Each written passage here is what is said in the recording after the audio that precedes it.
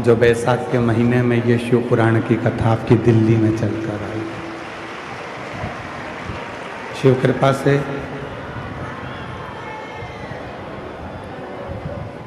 भगवान शंकर की जब करुणा होती है, कृपा होती है, दया होती है, तब ये पवित्र कथा श्रवण करने का सौभाग्य प्राप्त होता है।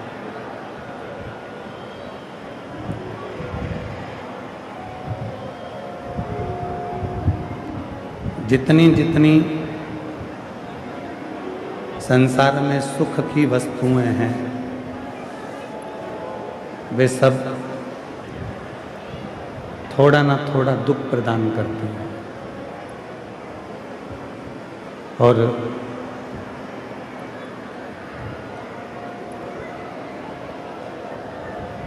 जिन वस्तुओं की चाह हम करते हैं, वो हमें कहीं ना कहीं थोड़ा थोड़ा दुख देती रहती है।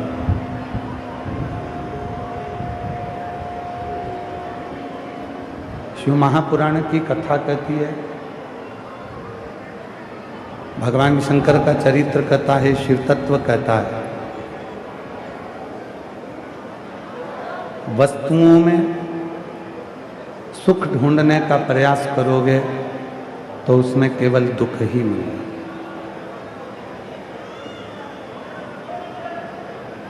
पर उन्हीं वस्तुओं में यदि शिव को ढूंढ लोगे तो तुम्हें सुख मिलना अपने आप प्रारंभ हो जाएगा। उसमें फिर अपने को कोई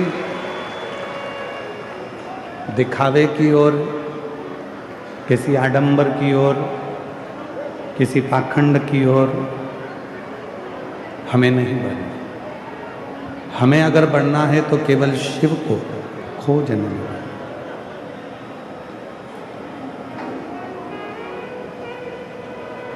एक बार भगवान शिव महाकाल वन में विराजमान थे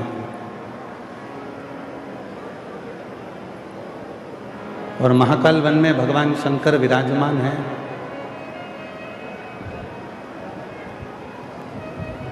स्वयं माता पार्वती जी उनको ढूंढते ढूंढते ढूंढते ढूंढते महाकाल वन में पहुंच गए। शिव बैठे हुए थे। भगवान शंकर अपनी मस्ती में, शिव अपने मंत्र उच्चारण में, शिव अपने नाम उच्चारण में बैठे हुए थे। शिव महापुराण की कथा कहती है,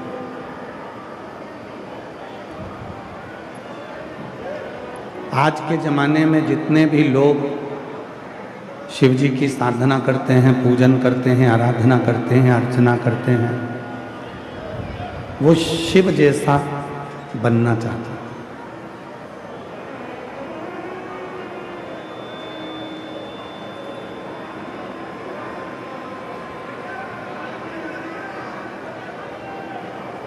संसार सागर में जितने भी भगवान शंकर के भक्त हैं,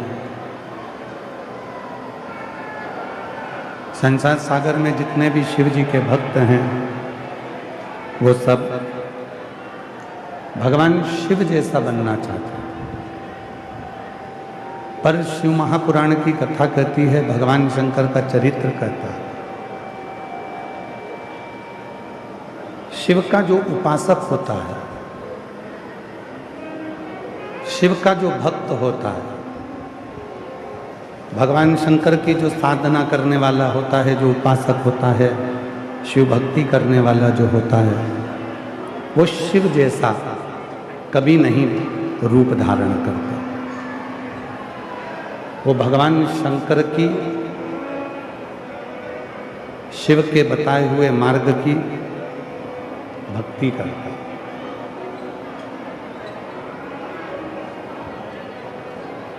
बहुत सुंदर सा एक बात है, स्मरण करिएगा। जटा बना लेने से, बाल बहुत बड़े बड़े बना लेने से, मस्तक पर बहुत सारा चंदन लगा लेने से, गले में रुद्राक्ष की माला पहन लेने से या पूरे तन पर भस्म लगा लेने से कोई शिव नहीं बन जाता। कोई भगवान शंकर का स्वरूप भले तुम धारण कर सकते हो, भगवान शंकर का स्वरूप भले तुम बना सकते हो, पर तुम शिव नहीं बन सकते। और शिव महापुराण ने बड़ी सुंदर बात कही कि यदि भले जटा मत बढ़ाओ, भले भस्म पूरे तन पर मत लगाओ, भले ढेर सारा चंदन पूरे शरीर पर मत लगाओ, पर शिव महापुराण की कथा कहती है कि शंकर जैसी शीतलता अपने दिल में लेकर आ जाओ तो दुनिया का सारा सुख तुम्हारे पास में।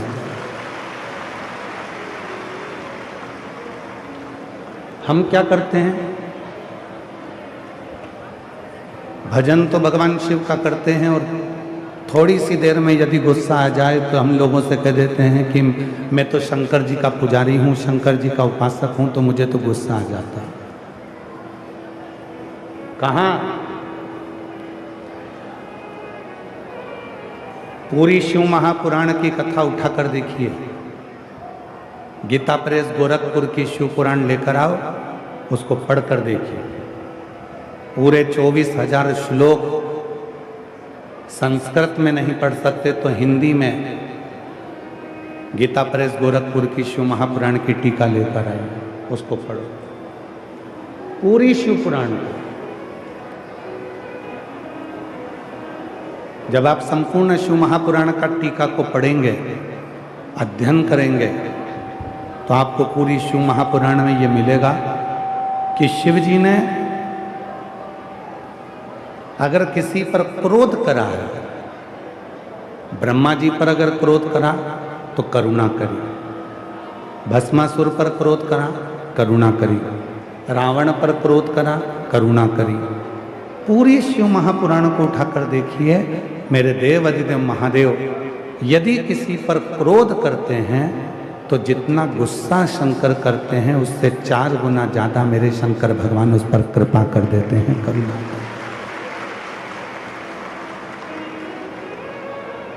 उस पर कृपा करता। वो कहते हैं ना, दया की न होती जो आदत तुम्हारी, तो सोनी अदालत तुम्हारी, गरीबों के दिल में जगा तुम न पाते, तो किस दिल में होगी इबादत तुम्हारी, दया की न होगी जो आदत तुम्हारी। पूरी शिव पुराण की कथा कहती है, मेरे ओघड़दानी, मेरे शंकर भगवान, मेरे करुणा सागर, मेरे शिव जितना क्रोध करते हैं उससे 4 गुना ज्यादा कृपा करते हैं, करुणा करते हैं। कई लोगों के मुख से हमने सुना है, कई लोगों के मुख से हम सुनते रहते हैं, शिव जी पे जल चढ़ाती हो, शंकर जी पे जल चढ़ाती हो, शंकर जी तो गुस्सा कर देंगे, शंकर भगवान तो क्रोध कर देंगे। ना ना भाई,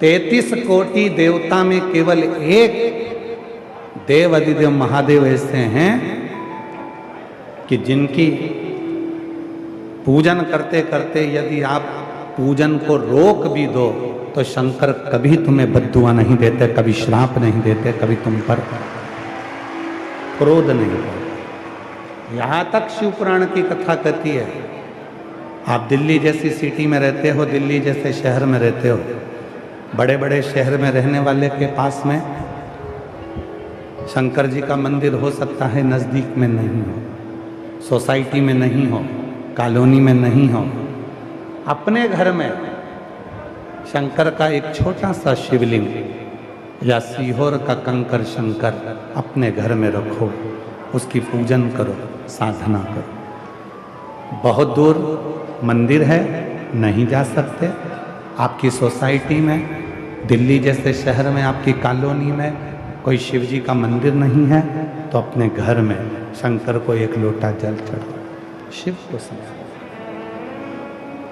अब कई लोग कहते हैं गुरुजी, मान लो हमने शंकर जी रख लिए और हमको कहीं जाना पड़ गया, हम दोनों पति पत्नी हैं, बच्चे छोटे हैं, मान लो मेरा रजस्वला धर्म आ गया, मैं रजो धर्म में आ गई, मैं 5 दिन तक पूजा नहीं कर सकती, मैं 5 दिन तक भोजन नहीं बना सकती, मैं 5 दिन कोई पूजन पाठ नहीं कर सकती, तो फिर शिव जी को जल कौन चढ़ाएगा, शिव जी की पूजन कौन करेगा?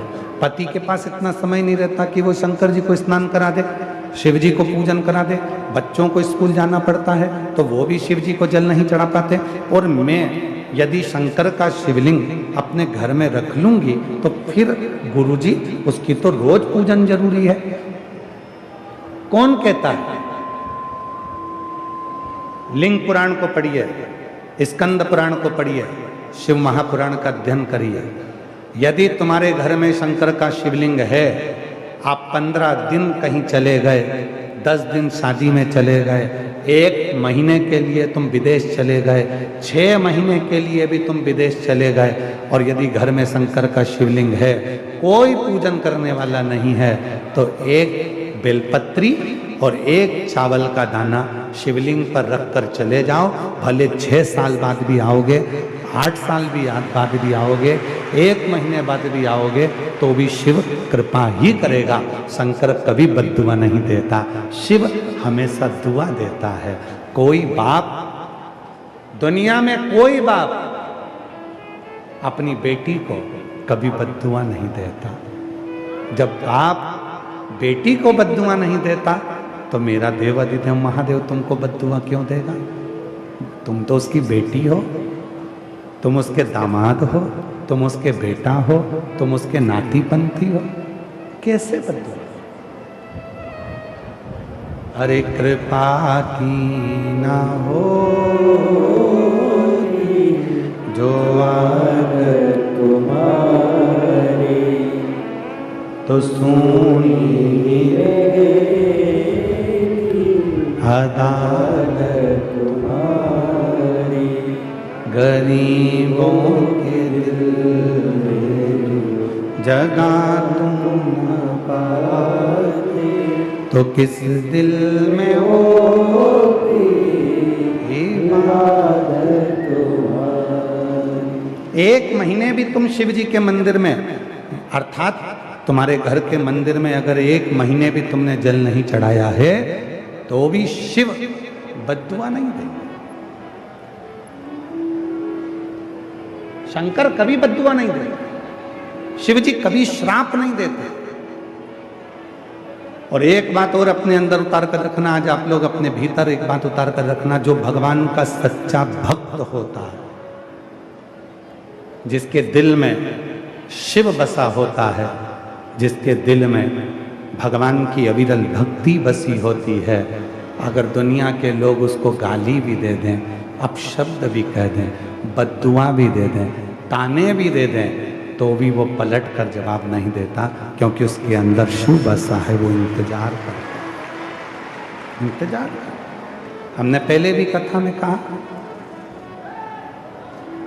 एक पति पत्नी, नवयुवान बेटा बेटी पति पत्नी जा रहे थे, घूमते फिरते, दोनों बड़े खुश खुश जा रहे थे। वहीं से एक संत निकल कर जा रहे थे, भक्त थे शिव के, साधक थे। और शंकर का जो भक्त होता है ना, बड़ा अड़भंगा होता है, बड़ा अड़भंगा।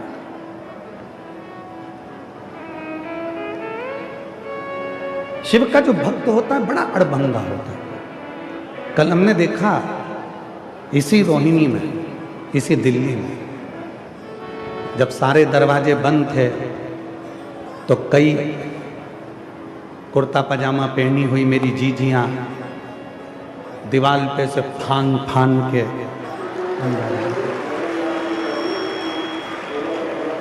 हमने कल देखा महाराज, और हमने कल इसका नजारा देखा। कल तो शिव का जो भक्त होता है, भगवान शंकर का जो उपासक होता है, शिव का जो उपासक होता है, शंकर भगवान का जो भक्त होता है, बड़ा अड़भंगा होता है, उसको कोई मतलब नहीं। और मैं संपूर्ण रोहिणी में निवास करने वाले और दिल्ली में रहने वाले शिव भक्तों से कहूंगा, आप इन भक्तों का नजारा देखिएगा। ये कथा सुनेंगे, सुनकर अपना अपना छाता लगा कर बैठ जाएंगे, अपनी दरी बिछा के बैठ जाएंगे, पानी की बोतल साथ लेके बैठेंगे, बच्चों का खाने का सामान साथ लेकर बैठेंगे, कथा सुनेंगे, रास्ता देखकर बाहर निकलकर अपने अपने गंतव्य की ओर चले जाएंगे। इन्हें कोई मतलब नहीं कि क्या हो रहा है क्या नहीं हो रहा। इनको तो एक मतलब है कि हरिओम में ओम समाया है और मेरा बाबा दिल्ली में। बस इनके लिए तो एक है कि हमारे नगर में शिव की कथा आई है और हमको श्रवण करना, हमें कोई मतलब, हमें कोई मतलब। आग लगे बस्ती में अपन रहो मस्ती, क्या किसको रोइए चादर तान के सो, किसी को मतलब। आप अपनी अविरल भक्ति को धारण करिए, आप अपने स्मरण को धारण करिए।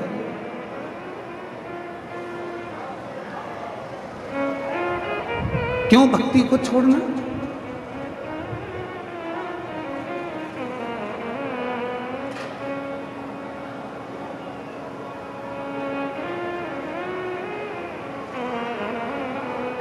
कल किसी ने एक वीडियो डाला होगा और वो वीडियो सीहोर गया होगा, सीहोर से फिर आशीष जी के पास आया होगा। आशीष जी ने हमको बताया कि कोई VIP पास था, जाने को नहीं मिला, तो उसने वीडियो डाला।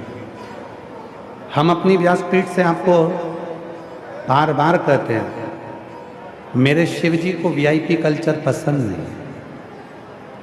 तो कौन कहता है कि तुम VIP पास लो? पूरा पंडाल पड़ा हुआ है, जहां मर्जी पड़े वहां बैठकर कथा का रस तत्व ग्रहण करो, अपने जीवन को सार्थक करो। और यदि लिया है तो फिर थोड़ी शांति रखो, फिर थोड़ी धीरज रखो, शांति रखकर धीरज रखकर कथा को श्रवण करो। जहां जगह मिले, आप लोग तो फिर भी अंदर बैठे हो, जो बाहर बैठे हैं छाता लगा लगा कर 42 डिग्री 43 डिग्री टेम्परेचर में जो धूप में बैठकर कथा का रस तत्व ग्रहण कर रहे हैं, जरा उनका विचार करिएगा। आए हो, उस बाप से अपनी बात करो, उस पिता से अपने भीतर की बात प्रस्तुत करो। मैंने ये लिया था, मुझे नहीं बैठने को मिला, मैंने वो करा, मैंने को नहीं मिला, ले लिया, हो गया, स्मरण करो, भजन। भक्ति में शिव किसी एक का नहीं है। मेरे ओघड़दानी की कथा की महत्वता ये है, जरूरी नहीं कि तुम अंदर बैठोगे तो ही शिव तुम पर कृपा करेगा, जरूरी नहीं। सूर्य की रोशनी और सूर्य की किरण, तुम कहीं पर भी चले जाओ, कहीं पर भी छुप जाओ, सूर्य का काम है प्रकाश करना और उस प्रकाश को तुमको देना। उसी तरह शिव का काम है, तुम पूरे पंडाल में, पंडाल के बाहर, कहीं पर भी तुम्हारी मर्जी पड़े, चाहे घर पर बैठकर सुनो, चाहे पंडाल में बैठकर सुनो, चाहे गाड़ी में बैठकर सुनो, मेरा शंकर शिव पुराण सुनने वाले पर करुणा करता ही है और कृपा करता है। उसका कार्य, वो कृपा करे बिना रहता नहीं।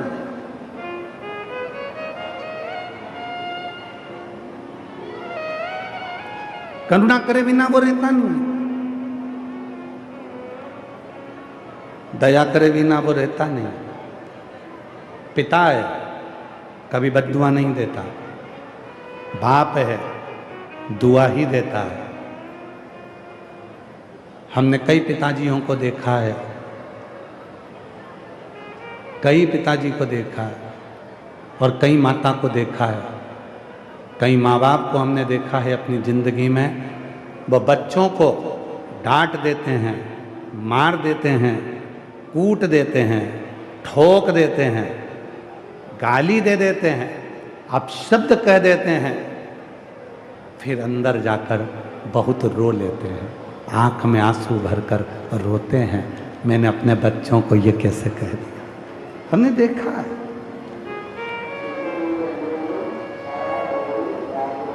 हमने देखा है कि उन बच्चों को वो डांटने के बाद, उन बच्चों को कूटने के बाद, उन बच्चों को अपशब्द कहने के बाद, उन बच्चों को आड़ा टेढ़ा कहने के बाद, उन बच्चों को मारने के बाद वो माता पिता भी आंख में आंसू भरकर रोते हैं, वो नयन में जल भरकर रोते हैं कि हमने अपने बच्चों को डांट दिया, हमने अपने बच्चों को अपशब्द कह दिया। उसी तरह मेरा शिव है, उसी तरह मेरा शंकर है, उसी तरह मेरा देव अधिदेव महादेव है, उसी तरह मेरा ओघड़दानी, मेरा शंभु, मेरा त्रिकालदर्शी, मेरा कैलाशी, उसी तरह मेरा शंकर है।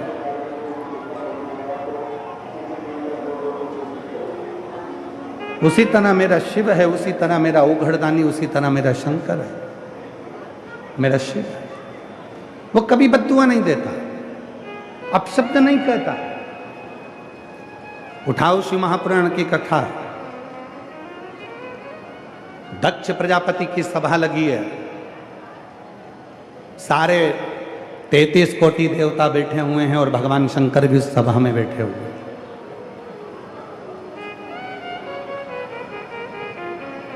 सब बैठे, भगवान शिव भी उस सभा के अंदर बैठे हुए।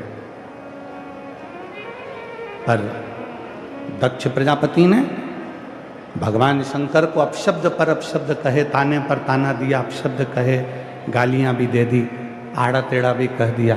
बहुत अपशब्द दक्ष प्रजापति ने शिव जी को कहा, पर शंकर जी के मुख से कोई शब्द नहीं निकला, कोई शब्द। और याद रखना,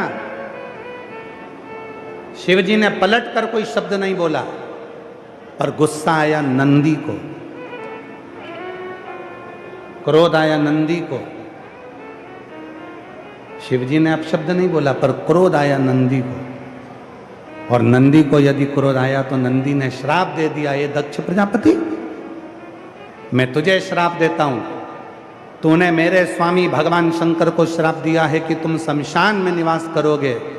मैं तुझे श्राप देता हूं कि जिस मुख से तूने शंकर की निंदा करी है, तेरा मुख वो कटेगा और तुझे बकरे का मुख लगेगा। ये मेरा श्राप।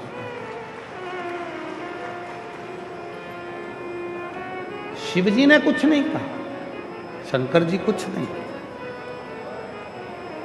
जवाब मिलता जरूर है। भक्त को परेशानी होती है तो भगवान उसका जवाब देता है, और भगवान को परेशानी होती है तो भक्त उसका जवाब देता है। भक्त, एक पति पत्नी घूम रहे थे, जा रहे थे, दोनों अच्छे नवयुवक बच्चे थे, दोनों भ्रमण करने जा रहे थे। एक शंकर का भक्त निकल कर जा रहा था, शिव नाम का गुणगान करते करते, वो तो अड़भंगा भक्त था, अलमस्ती में चल रहा था। एक खड्डे में पानी भरा था, वो भक्त उस पानी में कूद गया, कूदा, कीचड़ जो पति पत्नी जा रहे थे उसके पत्नी के ऊपर चला गया।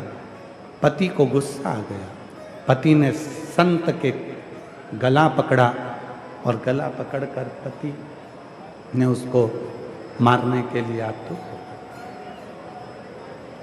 खूब उसको अपशब्द कहा, मारा, आड़ा टेढ़ा कहा, ताने दिए, गाली दी, अपशब्द किया, खूब खूब ताने दिए, खूब अपशब्द कहे, खूब गालियां। संत कुछ नहीं बोला। एक सच्चे भक्त की निशानी है। कितने भी ताने दे दे, कितनी भी गाली दे दे, कितने भी अपशब्द कह दे, तो भी अगर भगवान पर भरोसा है ना, तो वो पलट कर जवाब नहीं देता। उसको मालूम है मेरा जवाब मेरा भोलेनाथ एक ना एक दिन जरूर देगा।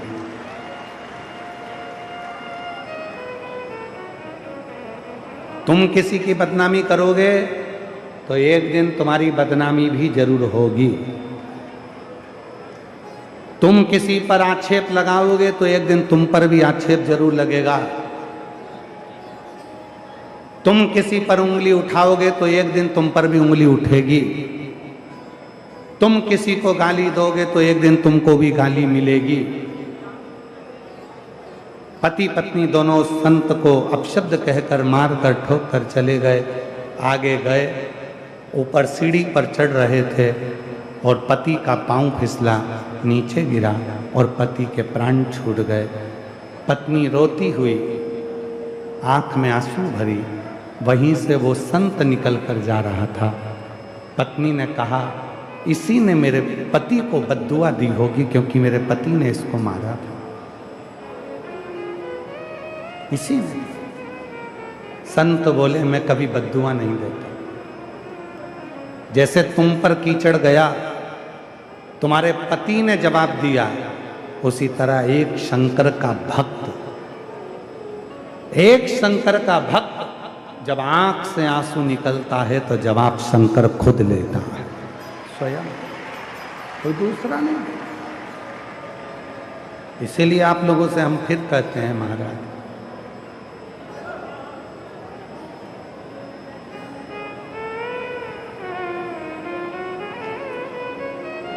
ऐसे दयालु नाथ से रिश्ता बनाइए, ऐसे दयालु नाथ से रिश्ता बनाइए, मिलता रहेगा आपको जो कुछ भी चाहिए, मिलता रहेगा आपको जो कुछ भी चाहिए। ऐसा करिश्मा होगा जो हुआ कभी नहीं, ऐसा करिश्मा होगा जो हुआ कभी नहीं। मांगा है भोलेनाथ से वरदान एक ही, मांगा है भोलेनाथ से वरदान एक ही। तेरी दया बनी रहे जब तक है जिंदगी, तेरी कृपा बनी रहे जब तक है जिंदगी। मांगा है भोलेनाथ से वरदान एक ही, मांगा है भोलेनाथ से वरदान एक ही। शिव से एक संबंध जोड़ लो। दुख देने के लिए पूरा परिवार है, दुख देने के लिए पूरा घर है, दुख देने के लिए पूरे रिश्तेदार हैं, दुख देने के लिए पूरा संसार है, दुख देने के लिए पूरी दुनिया है, पर सुख देने के लिए तो केवल एक लोटा जल ही है जो हमारी जिंदगी में सुख प्रदान करे। केवल एक लोटा जल जो हमें सुख दे दे, केवल एक लोटा जल जो हमें सुख प्रदान कर दे। गुरुजी, हम मंदिर नहीं जा पा रहे, कोई बात नहीं, कोई बात। घर में शिव है, घर में कोई शंकर का शिवलिंग है, घर में कोई शंकर जी का शिवलिंग है? गुरु जी, हम इसलिए लेकर नहीं आए कि लोग कहते हैं कि घर में रखेंगे, जल नहीं चढ़ा पाएंगे तो बद्दुआ लगेगी, श्राप लगेगा, शिव जी क्रोध करेंगे, गुस्सा करेंगे। शिव महापुराण की कथा कहती है, जिसके घर में भले लड्डू गोपाल हों, जिसके घर में भले राम जी हों, जिसके घर में भले गणेश जी हों, जिसके घर में फिर भले लक्ष्मी जी हों, भले लक्ष्मी नारायण हो, जिसके घर में भले भगवान विष्णु विराजमान हो, जिसके घर में सारा सुख विराजमान हो, उसके घर में अगर शंकर का शिवलिंग नहीं है तो समझ लेना तुम्हारी पूजन को भगवान शंकर स्वीकार नहीं कर रहे, भगवान कृष्ण स्वीकार नहीं कर रहे,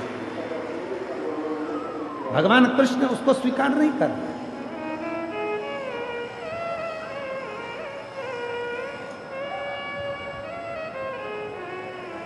शिव का स्वरूप तुम्हारे घर में होना चाहिए। शिव एक शंकर का शिवलिंग तुम्हारे घर में होना चाहिए। क्यों होना चाहिए?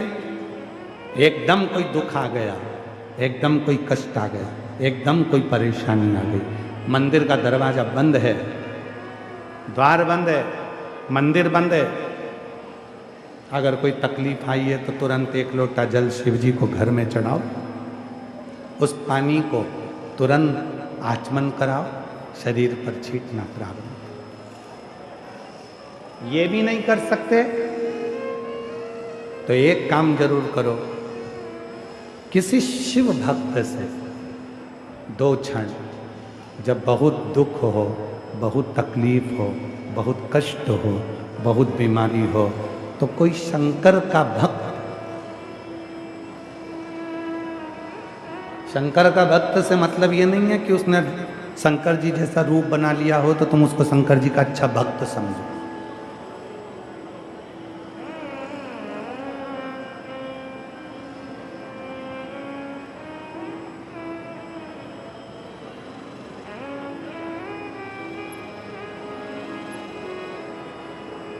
ये जरूरी नहीं है कि उसने जटा बढ़ा ली है तो तुम उसको शंकर जी का भक्त समझो। पूरे शरीर पर भस्म लगा ली तो तुम उसे शिव जी का भक्त समझोगे ना। फिर निवेदन है, कपड़े बदलने से कभी शिव नहीं मिला, शिव मिला है कलेजा बदलने से। दिल बदल कर दिया, मन बदल कर देखिए, चित्त बदल कर देखिए, थोड़ा सा हृदय में शिव जी के प्रति भाव ला कर देखिए, आपको वो सुख का अनुभव होगा जो सुख तुमने सोचा ही नहीं होगा। वो सुख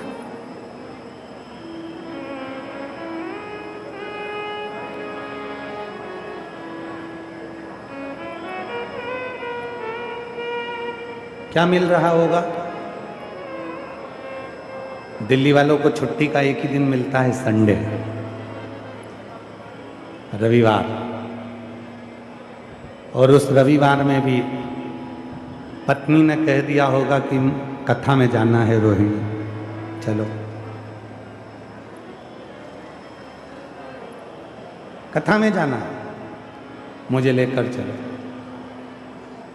पति ने कहा बहुत रील चल रही है, भीड़ बहुत ज़्यादा हो रही है, इतनी भीड़ हो रही है, इतनी भीड़ में जाकर क्या करेगी? पत्नी ने फिर भी कहा एक दिन तो चलो, एक दिन तो चलो।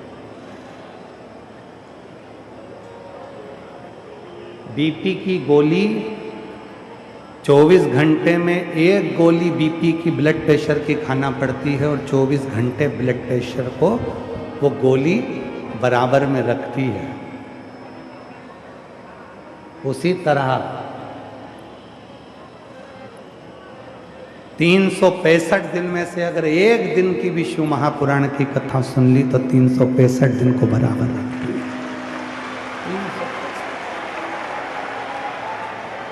मुझे लेकर चलो। सोशल मीडिया पे बहुत सारी रीलें चल रही हैं, लोग दिखा रहे हैं इतनी भीड़ है, रोड पे लोग बैठे हैं, गलियों में लोग बैठे हैं। बोलो बोलो, तुमने भी देखी होगी, इतनी रील चल रही है सोशल मीडिया में, इतनी भीड़, इतनी भीड़, इतनी भीड़, और सब ने देखी।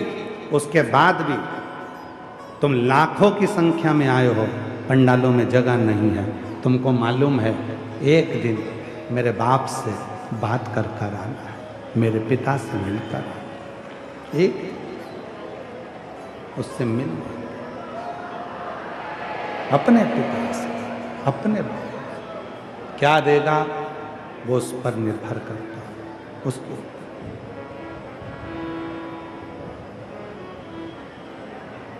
दो चीजें हैं, एक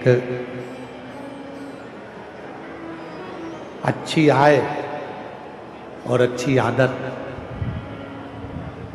दो चीजें, अच्छी आय और अच्छी आदत, ये व्यक्ति को बहुत आगे लेकर जाती है। पर यदि इन दो चीज में से एक भी चीज गड़बड़ हो गई तो व्यक्ति बहुत आगे तक नहीं जा सकता। आय अच्छी है, पैसा अच्छा आ रहा है, और आदत अगर गड़बड़ है, पीने की आदत लग गई, जुए की आदत लग गई, वेश्यावृत्ति की आदत लग गई, गंदा भोजन की आदत लग गई, तो फिर तुम आगे नहीं जा सकते। अच्छी आय और अच्छी आदत तुम्हारी जिंदगी में है तो तुम्हें कोई उन्नति की सीढ़ी पर चढ़ने से नहीं रोक सकता। यदि आय अच्छी है और आदत गड़बड़ हो गई तो फिर जिंदगी बर्बाद हो जिंदगी। इसलिए शिव महापुराण की कथा कहती है अपनी आय, घर में जब धन बढ़े तो थोड़ा संयम रखना जरूरी है, संयम रखना जरूरी है।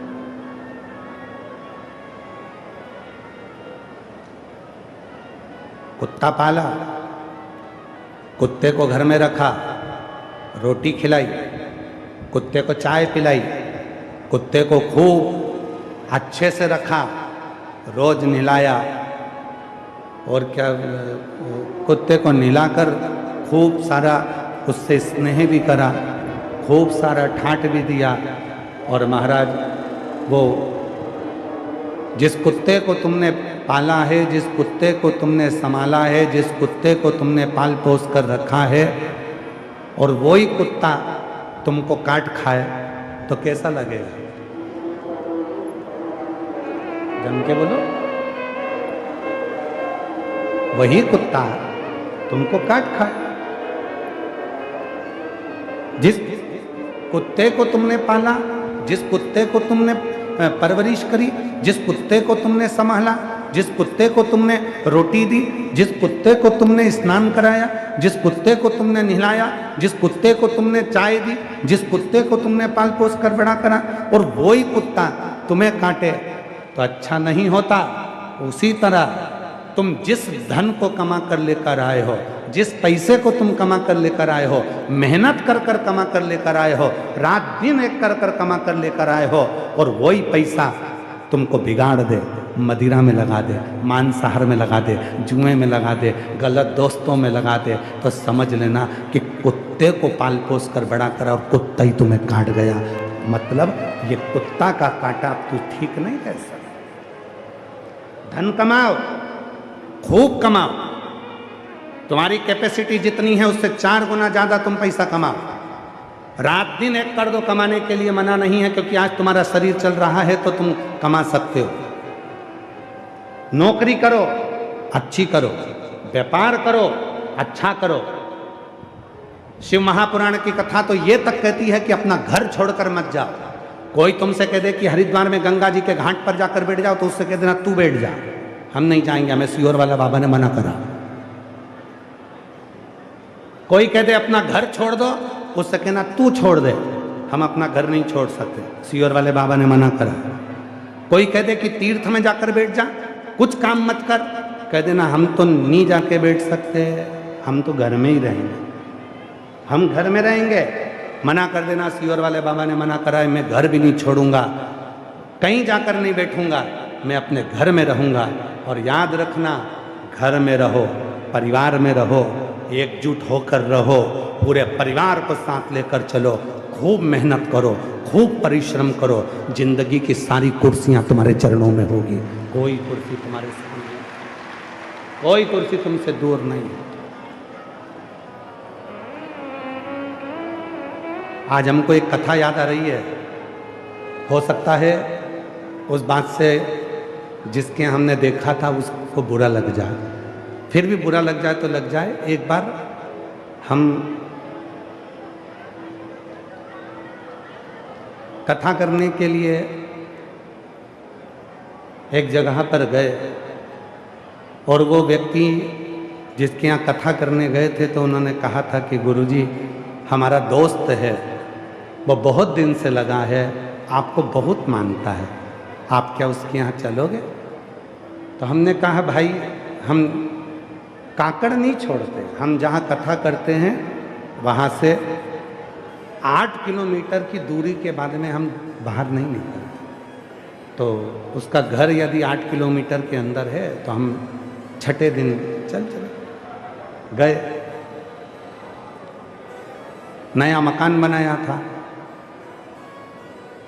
मकान में अंदर प्रवेश करते से ही एक बड़ा सारा चित्र दिखा, बहुत बड़ा चित्र था। उस पर घोड़े बने हुए थे 7। कितने घोड़े बने? 7। 7 घोड़े दौड़ रहे हैं। तुमने भी देखा होगा कहीं कहीं। अब हमने अंदर जाते से सबसे पहले पूछा, क्यों भैया ये घोड़े का फोटो क्यों लगाया? का गुरुजी एक महाराज जी बोले हैं दौड़ते हुए घोड़े का फोटो लगाओ तो लक्ष्मी दौड़ कर घर में आती है। हमने कहा बहुत बढ़िया। हमने कहा भैया हमने तो शिव महापुराण में पढ़ा है कि मनुष्य यदि घोड़े जैसा दौड़ता रहे तो लक्ष्मी घर में आती है। घोड़े का फोटो लगाने से लक्ष्मी नहीं आती। 7 घोड़े का दौड़ते हुए फोटो लगा लिया और दिन भर कुर्सी तोड़ रिया, पलंग पे पड़ा हुआ मोबाइल देख रिया, दिन भर खा रिया, कहीं नहीं जा रिया और सोच रिया कि लक्ष्मी दौड़ के मेरे पास आएगी। कभी नहीं आएगी। दौड़ते हुए घोड़े का फोटो भले घर में मत लगाओ, पर तुम दिन रात मेहनत करो, दौड़ो तो लक्ष्मी घर में आती है। घर में दौड़े, मेहनत करो, रात दिन एक करो तो घर में लक्ष्मी आती है। अब फोटो लगा लिया 7 घोड़े के दौड़ने का और इंतजार कर रहा है घोड़ा लक्ष्मी दे दे, घोड़ा लक्ष्मी दे दे। तो घोड़ा कौन सी लक्ष्मी देगा? वो घोड़े का फोटो प्रेरणा देता है कि बैठना मती, मैं दौड़ रहा हूं, ये 7 घोड़े दौड़ रहे हैं। घोड़े का फोटो लगाने से, दौड़ते हुए घोड़े का फोटो लगाने से घर में लक्ष्मी नहीं आती। घर के इंसान को भी दौड़ना पड़ता है, कमाना पड़ता है, जाना पड़ता है, भागना पड़ता है, तब लक्ष्मी आती है।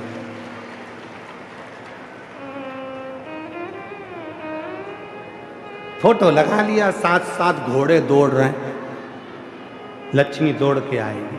कहाँ से आएगी? खुद तो घर में बैठा है, परिश्रम कर नहीं रहा, मेहनत कर नहीं रहा और सोचे कि लक्ष्मी आ जाए। ऐसे नहीं, थोड़ी मेहनत करना पड़ा। एक पत्र है,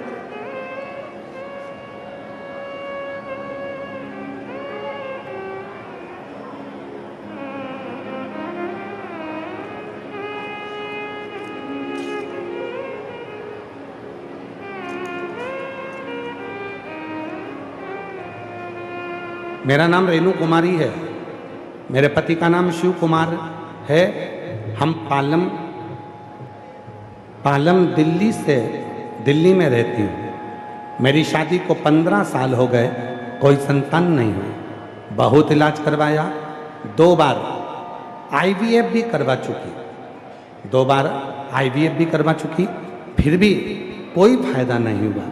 फिर मेरी सासू माँ मार्च 2023 में ग्रेटर नोएडा में आपकी शिव पुराण की कथा सुनने के लिए गई। ग्रेटर नोएडा में वहाँ पर मेरी सास ने 1 दिन की कथा सुनी, मैं भी उनके साथ गई।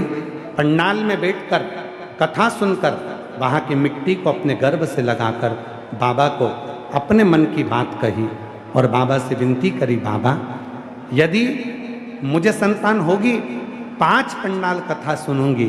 बाबा ने ऐसी कृपा कर दी गुरुदेव कि हमने 23 में ग्रेटर नोएडा में मार्च के महीने में कथा सुनी और बाबा की कृपा से नवंबर के महीने में मेरा गर्भ ठहर गया और बाबा की कृपा से 15 साल के बाद मेरे घर में संतान की प्राप्ति हुई। कहीं बैठी हो, मेरा नाम रेणु कुमारी, मेरे पति का नाम शिव कुमार, मैं पालम दिल्ली की रहने वाली हूँ। कहीं बैठी हो तो आ सकती हैं, एक बेलपत्र ले जा सकती। एक पत्र और बड़ा सुंदर है, देखिए।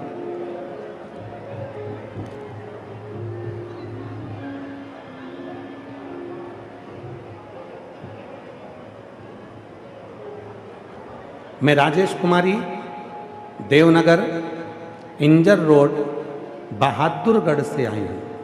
हरियाणा में रहने वाली हूँ। मेरा मोबाइल नंबर ये है, कहीं बैठी हो तो हाथ हिला सकती हैं। अगर कहीं बैठी हो, आप ही हैं, ऐसा हाथ हिला दो एक बार। हाँ, वापिस हाथ हिलाओ। हाँ, वापिस हाथ हिला दो एक बार। ठीक है। मैं आ जाइए, एक बेलपत्र लेकर जाइए। मैं राजेश कुमारी, देवनगर इज्जर रोड, बहादुरगढ़ से आई हूँ, हरियाणा। मेरा मोबाइल नंबर ये है। मैं पंडाल का 1 लोटे जल का बखान करना चाहती हूँ। हमारे घर के हालत बहुत खराब थे और मेरे पति गुजरे हुए 17 साल हो चुके थे। मेरे 2 बेटे, एक बेटी है और मैं एक प्राइवेट स्कूल में चपरासन हूँ। मेरे 2 बेटे, एक बेटी है। 17 साल पहले मेरे पति चले गए। मैं एक प्राइवेट स्कूल में चपरासी का काम करती हूँ। मेरे ससुराल वाले भी कोई मुझे सपोर्ट नहीं मिला, खूब दुखी थी। गुरुदेव, मेरे बच्चों ने पढ़ाई करी। अपने बच्चों को हमेशा कहती, जैसे ही बच्चों की पढ़ाई पूरी हो गई तो मैं बच्चों को हमेशा कहती कि वो सियोर वाला बाबा कहता है कि मेहनत करते रहना तो फल जरूर मिलेगा। 4 गुनी मेहनत कर, पढ़ाई कर, बाबा फल देगा। मेरी बेटी ने शिवजी के मंदिर में जाना चालू करा और बाबा के मंदिर में जाकर जल चढ़ाना प्रारंभ करा और मेरे बाबा ने ऐसी कृपा कर दी। मेरी बेटी ने नर्सिंग ऑफिसर के पद के लिए फॉर्म डाला और बाबा की कृपा से 11 अगस्त 2025 को बाबा ने सुन ली और मेरी बेटी आज नर्सिंग ऑफिसर के पद पर नियुक्त हो गई। मैं बाबा को यहाँ प्रणाम करने के लिए हूँ। गुरुदेव, 5 कथा के पंडाल में बैठकर कथा सुनी हूँ। गुरुदेव, बाबा की कृपा है, जो मांगो पंडाल में बैठकर वो बाबा देता जरूर है। एक लाइन अच्छी लिखी है, आप भी गुनगुनाइए, साथ में पढ़िएगा, गुनगुनाइएगा। जो दिल से मांगोगे वो दिल से दे देगा, जो दिल से मांगोगे वो दिल से दे देगा। मेरा भोला भंडारी खाली झोली भर देगा। मेरा भोला भंडारी खाली झोली भर देगा।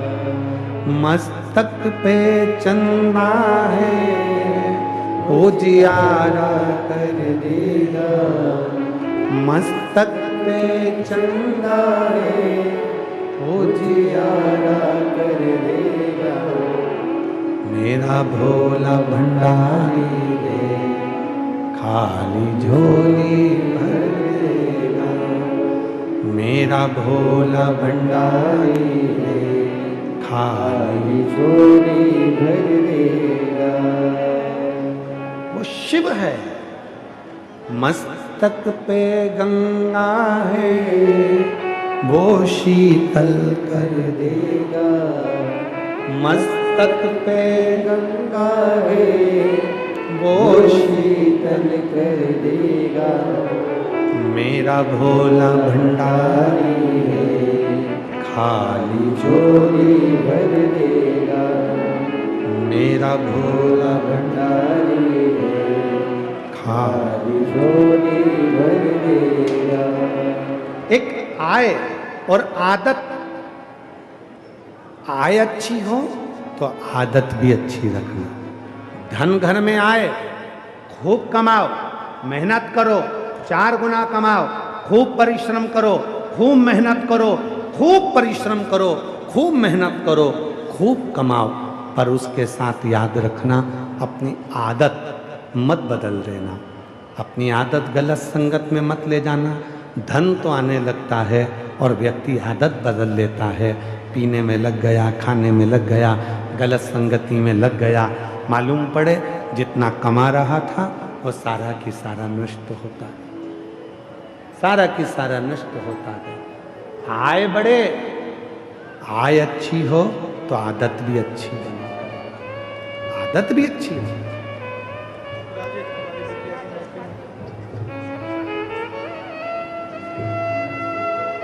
बेटी का नर्सिंग ऑफिसर के पद पर नियुक्त हुआ है। 17 साल पहले पति चले गया था, बहुत दुखी थी। बच्चों को प्राइवेट स्कूल की चपरासी का काम कर कर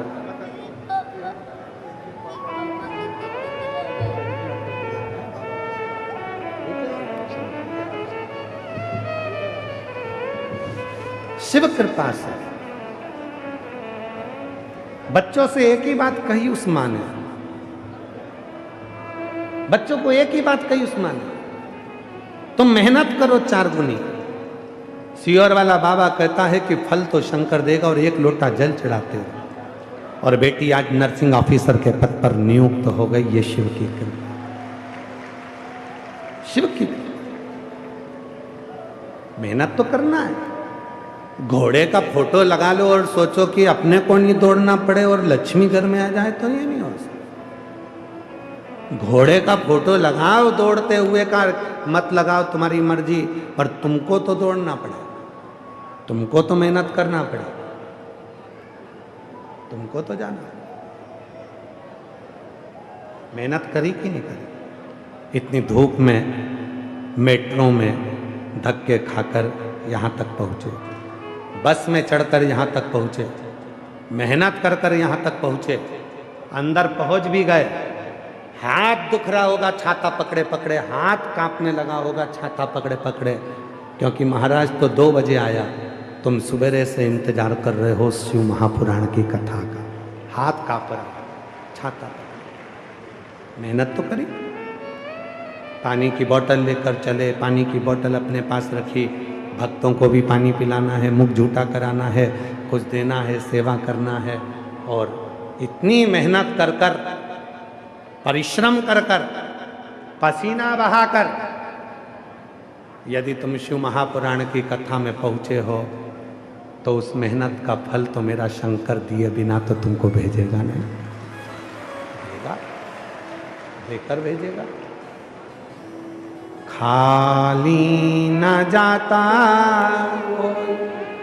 दर से तुम्हारे, खाली न जाता कोई दर से तुम्हारे, मैं भी खड़ी हो नंदी बागे फसाए, अपने से लगा लो या जा रहा हो, उठा उठा लो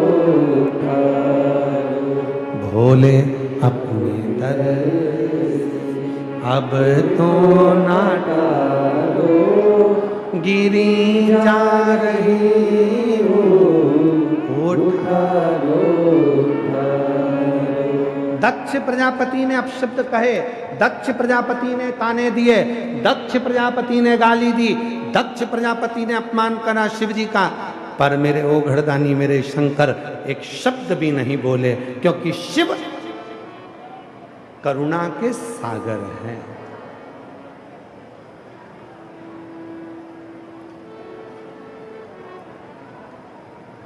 करुणा के सागर। परमात्मा का मतलब मालूम है आप लोगों को? जम के तो बोलो जल्दी से। परमात्मा का मतलब मालूम है? 33 कोटि देवता में केवल एक देव अधिदेव महादेव ऐसे हैं जिनको परमात्मा के नाम से पुकारा जाता है। परमात्मा नहीं नमः। परमात्मा किसने रखा था ये नाम? स्वयं भगवान विष्णु ने। स्वयं भगवान विष्णु। कब रखा? एक बार भगवान शिव बैठे हुए थे, तुरंत उठकर खड़े हो गए। पार्वती जी ने पूछा कहाँ जा रहे हो? शिव जी बोले नंदी पर बैठ भगवान विष्णु मिलने आ रहे हैं, उनसे मिलने चलते हैं। चल नंदी पर बिठाया पार्वती जी को और शिव जी चल दिए। उधर से भगवान विष्णु और लक्ष्मी जी आए, इधर से भगवान शंकर और पार्वती का मिलन हो गया। लक्ष्मी जी ने भगवान विष्णु से पूछा कि ये शिव जी को कैसे मालूम पड़ा कि तुम मिलने जा रहे हो? शिव जी को कैसे मालूम पड़ा? भगवान नारायण ने कहा लक्ष्मी, दुनिया में केवल संपूर्ण ब्रह्मांड में और संपूर्ण त्रिलोक में केवल एक देव अधिदेव महादेव ऐसे हैं, संसार का मनुष्य कुछ भी ना कहे, केवल शंकर जी को देख लेता है तो भी शंकर जी उसकी मन की बात को पढ़ लेते हैं और उसका कल्याण कर देते हैं।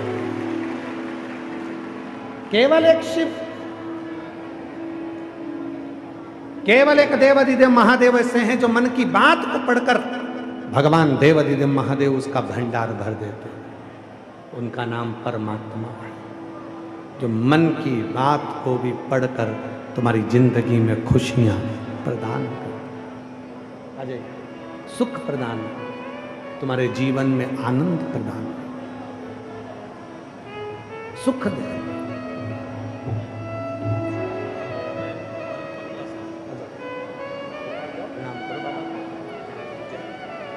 15 साल के बाद हुआ है। एक बार जोरदार ताली बजाकर साधुवाद कीजिए, प्रणाम करो बाबा को। हर हर महादेव, श्री शिवाय नमस्तुभ्यं। चलो प्रणाम करो।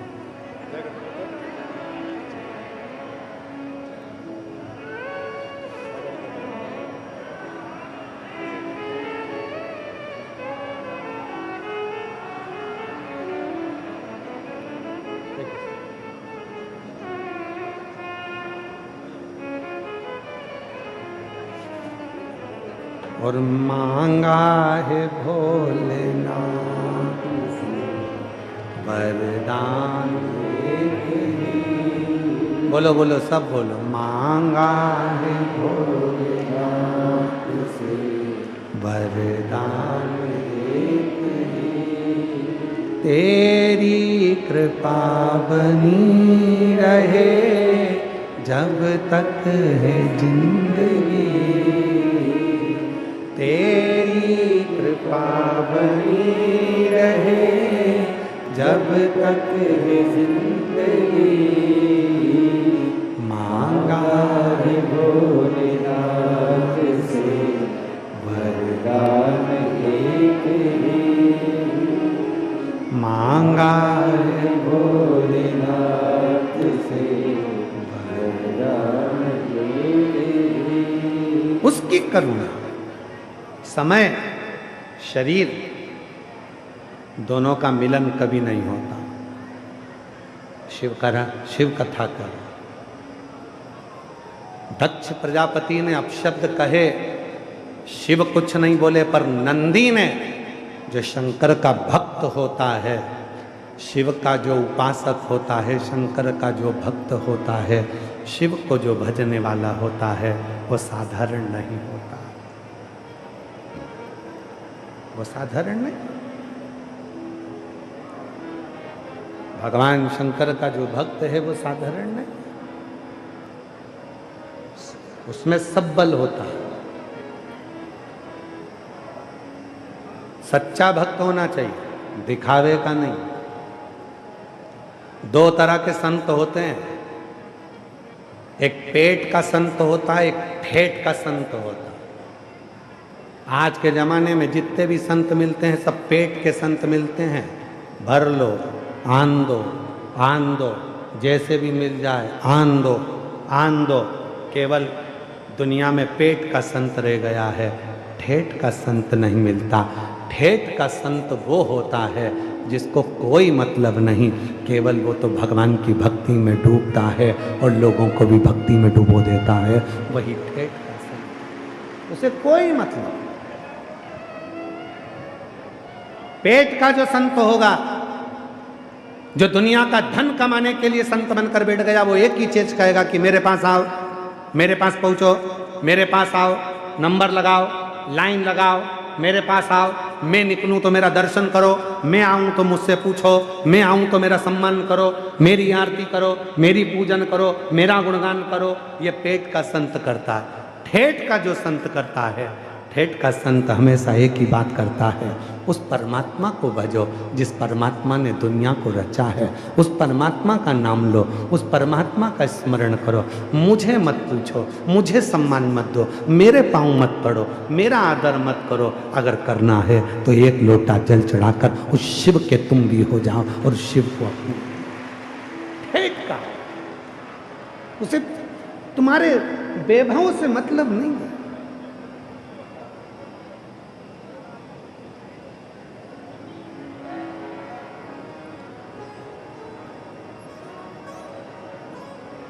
कई लोग कहते हैं गुरुजी आपकी कथा में बहुत सारी कथा होती है, उसमें बहुत बड़े बड़े बड़े बड़े VIP जाते हैं, बहुत बड़े बड़े लोग जाते हैं और आप कथा करते हो, कोई नहीं आता, बड़े बड़े कोई नहीं आता। हमने कहा हमारे शंकर जी का संबंधी छोटों से हैं, भूत प्रेत डाकनी पिशाचनी चुड़ैल भयंकर जितने भी हैं वो सब शिव के हैं।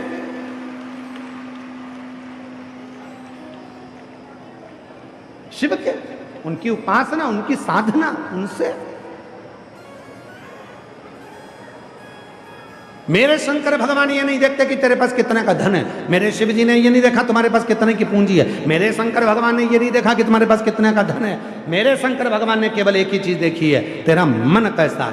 धन देखकर दुनिया के लोग आते हैं, धन देखकर रिश्तेदार आते हैं, धन देखकर तुम्हारे भाई आते हैं, धन देखकर तुम्हारी बहन आती है, धन देखकर तुम्हारे नातेदार रिश्तेदार आते हैं, धन देखकर तुम्हारे ससुराल वाले आते हैं, मन देखकर मेरा महादेव आता है। केवल एक वो महादेव जो मन देखकर आता है, वो धन देखकर कभी नहीं आता, वो संपदा देखकर नहीं आता, वो तुम्हारी पूंजी देखकर नहीं आता, वो तुम्हारी दौलत देखकर नहीं आता, वो मन देखकर आता। मन कैसा, मन कैसा,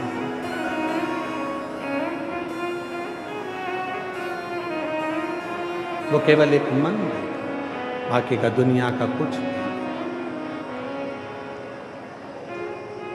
उसको तुम्हारे धन से कोई मतलब नहीं है कि तुम्हारा धन, तुम्हारा वैभव, तुम्हारी संपदा कितनी है, उसको तो एक मतलब है, एक तुम्हारा मन कैसा। शिव जी कुछ नहीं बोलते पर नंदी श्राप देते। श्राप, समय अच्छा था, दक्ष प्रजापति चाहते तो शिव जी का सम्मान कर सकते थे, पर भीतर अभिमान, भीतर अहम बहुत बढ़ गए तो सम्मान नहीं। जब व्यक्ति के जीवन में अहंकार आकर विराजमान हो जाता है तो वो किसी को नहीं देखता, केवल अहम में डूबा रहता। और जब अभिमान चले जाता है तब शिवा। एक पत्र है, अच्छा देखिए,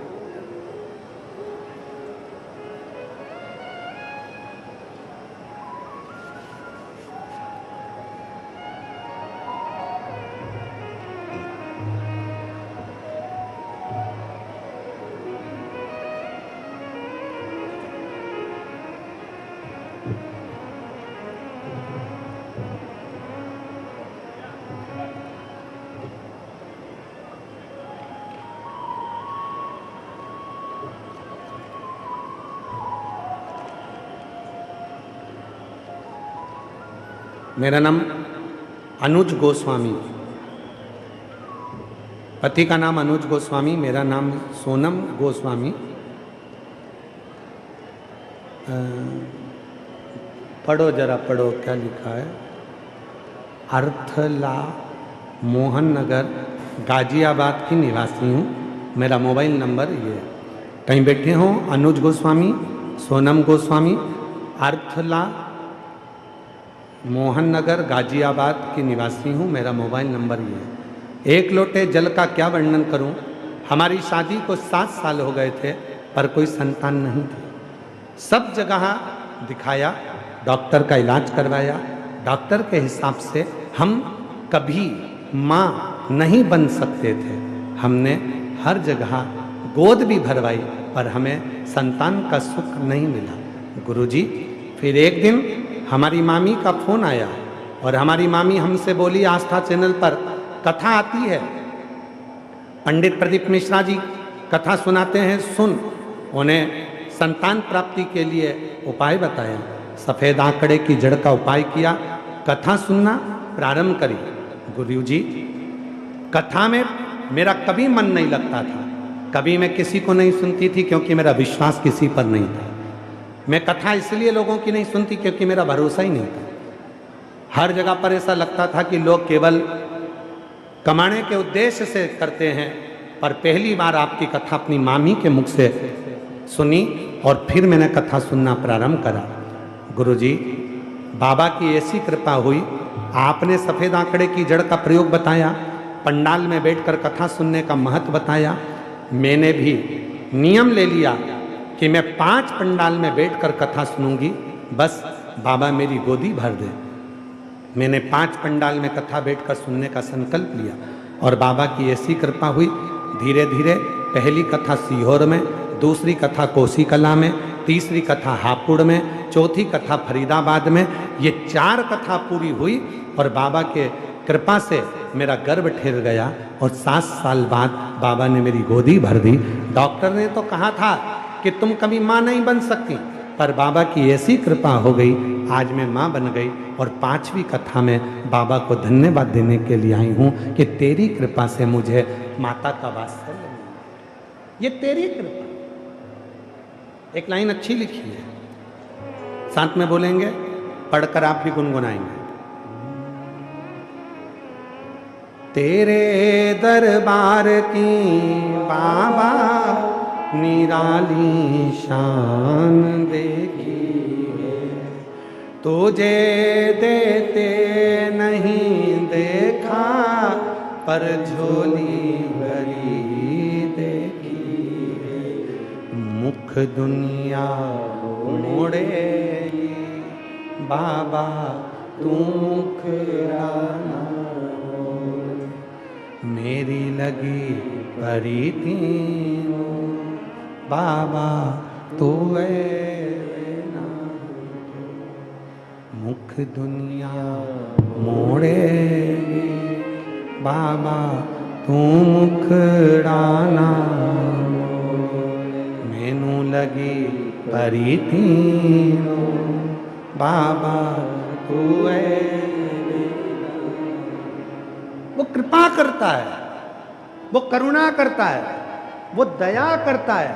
उसको परमात्मा स्वयं भगवान विष्णु ने नाम दिया।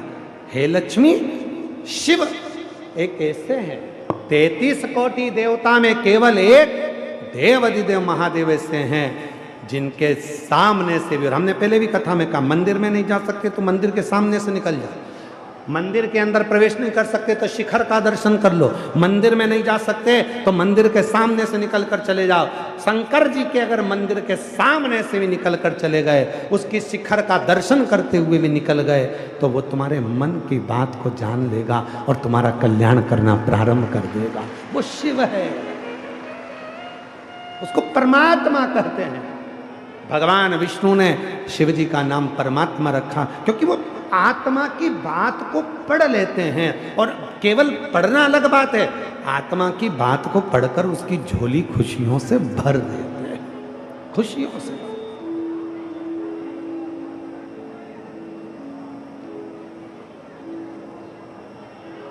बस उससे निवेदन कर,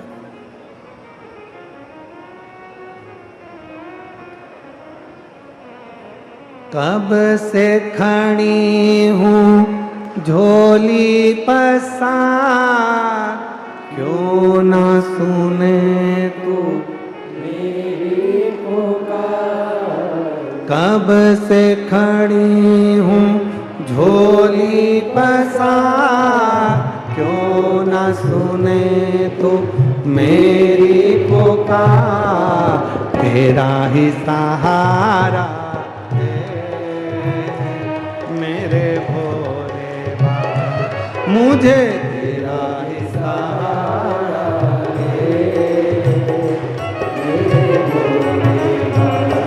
मैंने तुम्हें ही पुकार।